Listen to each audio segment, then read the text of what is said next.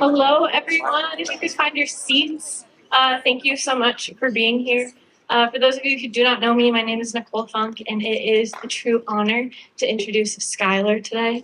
One of the things that stands out to me the most when I think about Skylar is I believe that she embodies servant leadership.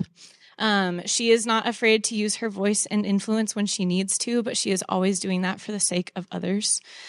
Philippians 2:3 says, "Do nothing out of selfish ambition or vain conceit, but in humility consider the needs of others more than your own." And I think this verse perfectly captures who Skylar is.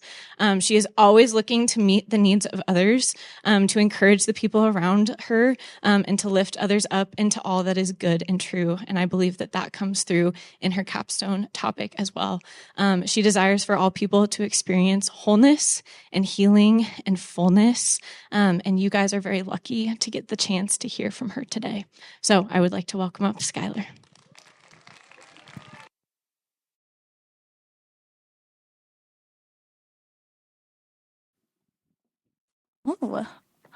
Okay. Okay, I'm going to be starting with a video. If you guys get queasy at broken bones, don't watch, okay? So if we can play the video for a minute.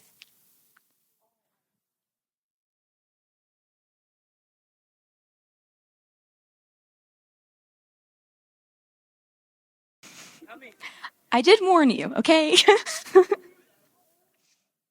Okay. So only 1 in 1 million people survive an infection as bad as the one that Alex Smith faced. And even fewer come back to playing professional football. It was during his game where Alex Smith was sacked by Kareem Jackson and J.J. Watt, both defensive players at the time. Little did he know that this injury, after going 17 surgeries, would get infected. He had to face the idea of possibly getting an amputation of his leg. But this did not stop him. This only motivated him more. This made him eventually want to get back to the field. After 5 to 6 days of rehab constantly, he was pushing himself to regain that motion and that function in his leg again. After 21 months of PT, 17 surgeries, Smith started to focus on the small steps of recovery. This eventually led him to rejoin the field with his teammates. After being named the NFL Player Comeback of the Year, and with a record of 7-9, and he led 3 of those victories for his team against the Bengals, the Steelers, and the Eagles, he decided to retire after having complications with his leg. He retired with a total of 35,650 yards, 199 touchdowns, and 14 NFL seasons. Throughout reading his story, it made me realize that I've always been drawn to forms of transformation, where healing becomes hope and strength is rebuilt one step at a time. Throughout my life, especially during my journey during sports, I've personally experienced challenges of injury and resilience, and have regained and overcome them. During my sophomore year of high school, I was diagnosed with a congenital hip and back malformations. I have something in my back called sacralization. It's where my lumbar spine is fused and it causes imbalance in my muscles. I also have, addition to this, snapping hip syndrome. I have a clicking, popping, or snapping sensation in my hip with every single movement that I do.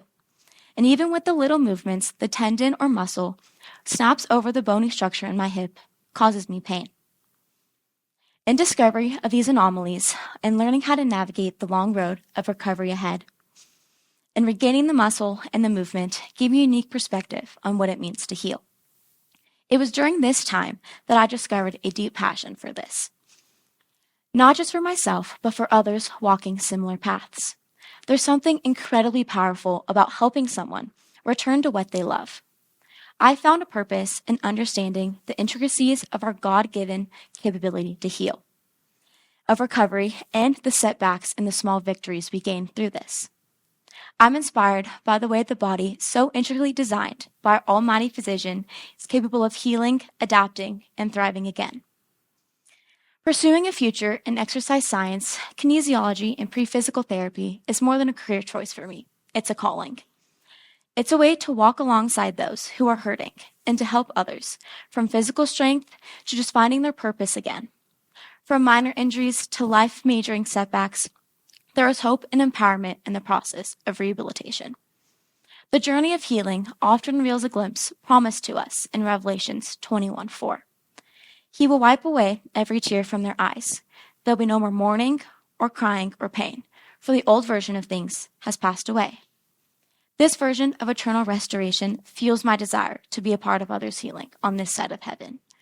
It reminds me that even now, in our brokenness, we can bring a piece of that kingdom here on earth with us. Through this past year in fulfilling this capstone project, I've met with a weightlifting coach, a physical therapy assistant, a medical massage therapist, and I've read an amazing book called Built from Broken. I was hoping by pouring this much time and investment into this topic, it would get me excited to pursue this line of profession. And all these encounters have solidified my decision to take these steps towards this career path in the fall, starting at Colorado State University. Our ability to recover from an injury is also related to our attitude. This is true not only in injury, but also when we face adversity in our lives. It is critical that our attitude is absolutely positive and helpful, because our body responds to that and how we heal and how quickly we heal. This quote was brought up to me in an interview by Jeff Eliason, who has had many experiences throughout the NBA, being a weightlifting coach, and also studied kinesiology. We spoke about attitude of the athlete during the recovery process, the perseverance of the athlete, and also how exciting it was for him to be a part of this. Especially when your attitude is what is a deciding factor for when and if you're ever going to return to that field or that sport ever again. My sophomore year of soccer, when I had these injuries pop up, my mental attitude was poor. I was scared to play. I felt like I was letting my team down because I was just overall slower. And I just wanted the season to end early, to be honest. I needed a quick attitude change and a positive reinforcement for myself. Not only is it important for you to have a positive attitude, but a healthy mindset. For starting your recovery process, and by keeping your mind healthy throughout the whole treatment, you are able to keep your movements, thoughts, and emotions all on the positives and stay away from the negatives. Scott Hogan, an author of my book, mentions that if you catastrophize your pain and the additional pain and fear, you are already existing to that suffering. By allowing yourself to go along with this idea of catastrophizing your pain, you are leading yourself down a path that is full of injuries and risking yourself to never get better. Allowing yourself to have a positive and healthy mindset will not only lead to further success, but also benefit your body in how it responds and how to heal quickly. There are many ways that we are able to create that positive mindset for everyone. You're able to create that positive mindset through prayer, worship, and even reading your Bible. In Proverbs 17:22, it tells us, "A happy heart is good medicine. A joyful mind causes healing, but a broken spirit dries up the bones." When disruptions in life come at us like broken bones, sprained ankles, or chronic pain, the best reset for the human body is to pray and allow ourselves to have a mental fortitude and overall a positive attitude. It isn't the mountain ahead of you that wears you out. It's the sand in your shoe. This quote from Scott Hogan resonated in my heart as I feel it every day through the steps of recovery. You are constantly getting set back and constantly having to start again and take that piece of sand out of your shoe. The sand in your shoe represents the small, mundane tasks that take the most effort, the most time, and the most discipline. My ability to persevere through the small things and keep getting closer to that mountain did look daunting and unattainable. But with the little steps in my recovery process, I was slowly closer in being able to get to that mountain.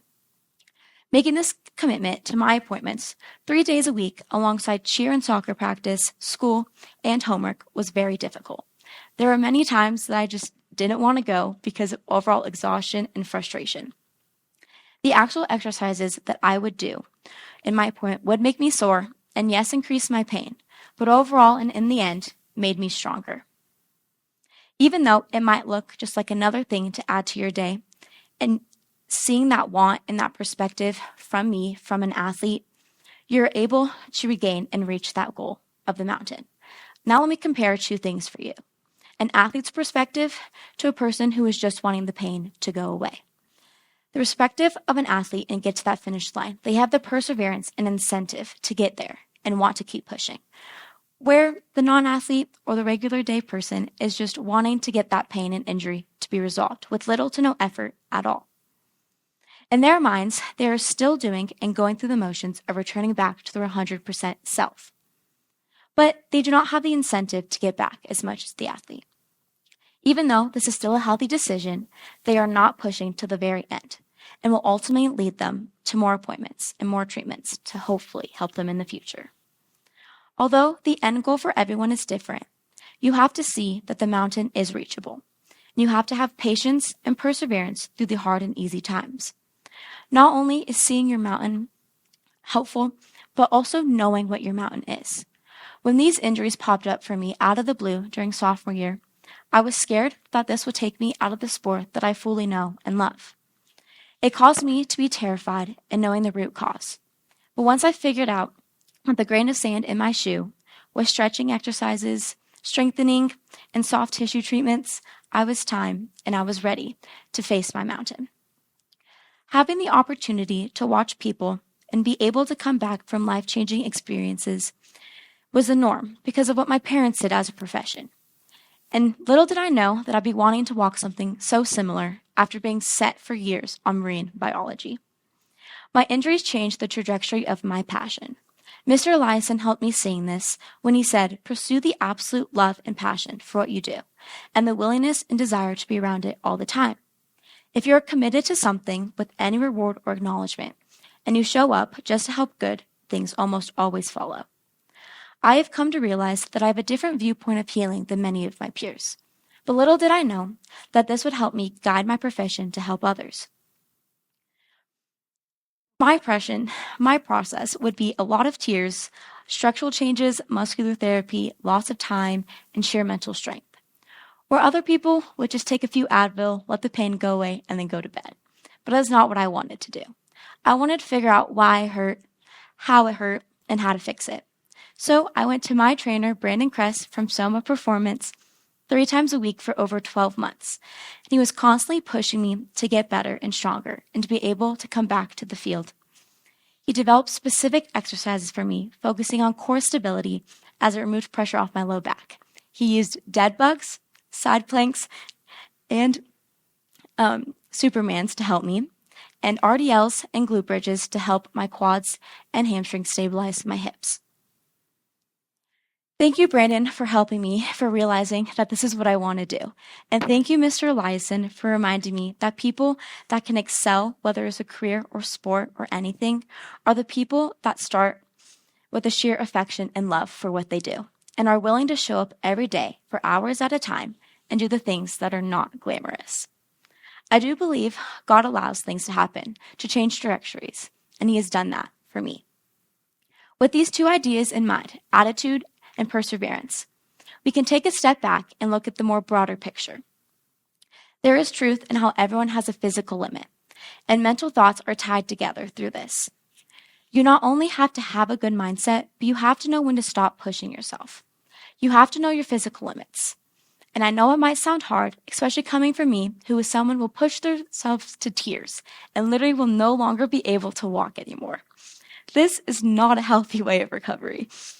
Through this process, I would think a lot about having to be there for my team and constantly pushing myself to be there and support them.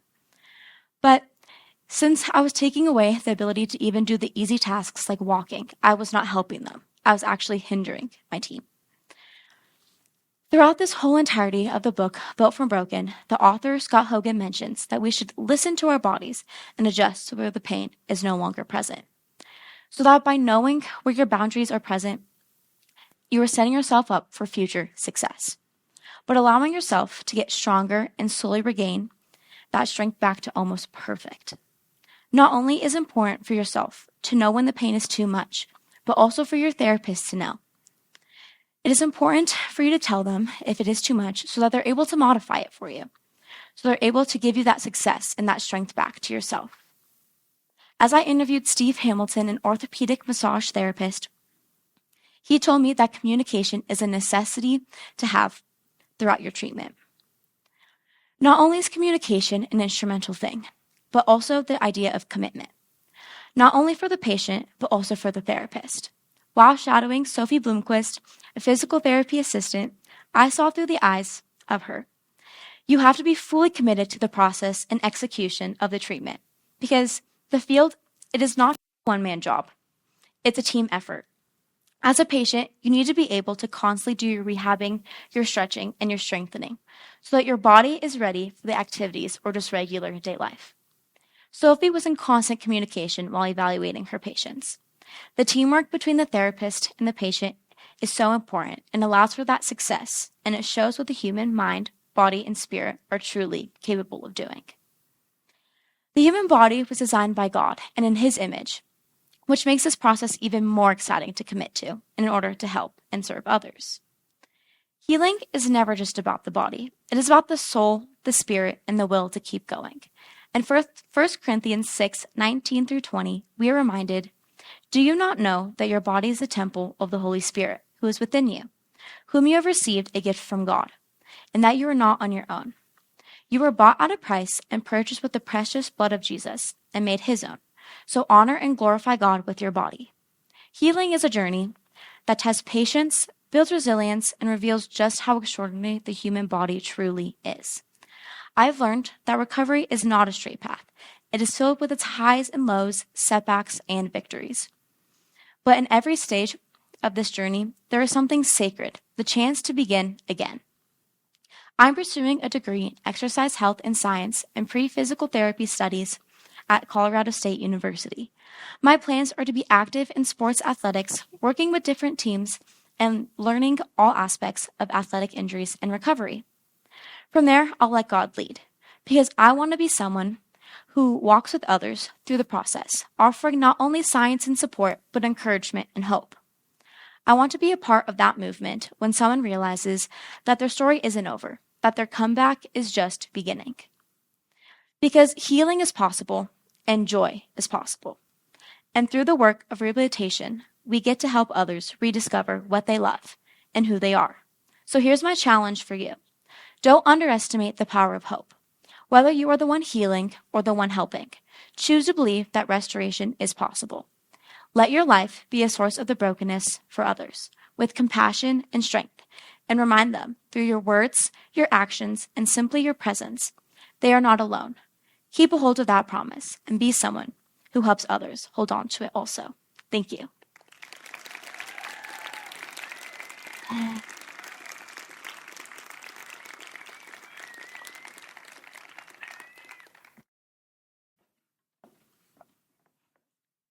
Yay. All right, I think we have time for maybe a few questions for Skylar to answer. So yeah, if anyone in the audience has any questions or encouragement for her, feel free to ask.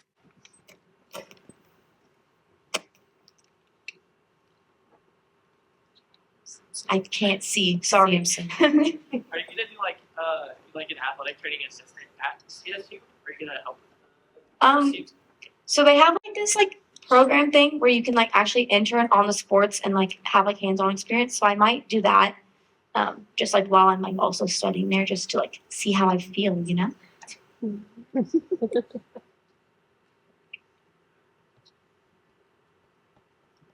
Yeah, Still active in sports? I am currently still in soccer, so we're doing it. Today. Senior game Today.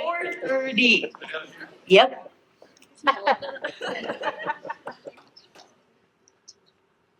I have a question. Oh, Yeah. Are you gonna win tonight? Yeah, we are. It's not even a question. my question is, what encouragement or advice would you give to someone going through like a healing journey right now? There's definitely the ups and downs. So enjoy those like ups for sure because they're really good. And even in the lows and like the hard times of it, keep pushing because it does get better. It doesn't get easier, but it does get better because you learn how to understand the pain and how to deal with it. So, yeah. What was the toughest piece of yours specifically? Trying to run again for 80 minutes. Still working on that. All right, we are at the end of our time. Skylar, I'm just so proud of the way that I think you live this out in really tangible ways. You are an example of hope and joy to a lot of people. So one more round of applause for Skylar.